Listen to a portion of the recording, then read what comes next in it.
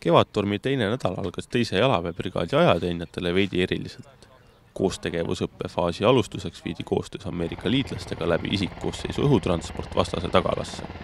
Siin alas täpsemalt siis toimub õhudessant vastase tagalasse eesmärgiga siis vastase kaitset lagundada tema sügavuses, tekitada temast kaost, samal ajal kui ülejäänud manööverüksused jätkavad enda pealetungi siis põhilahingute alal.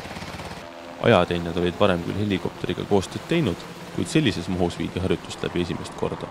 Kindlasti sõdur saab motivatsiooni juurde, et siuke nagu liitlaste kopteriga tagalasse lennata ja siis seal tagalale natuke paandust teha. Kevadtormi koostööharjutuste faas lõpeb 18. mail, kui algavad õppelahingud.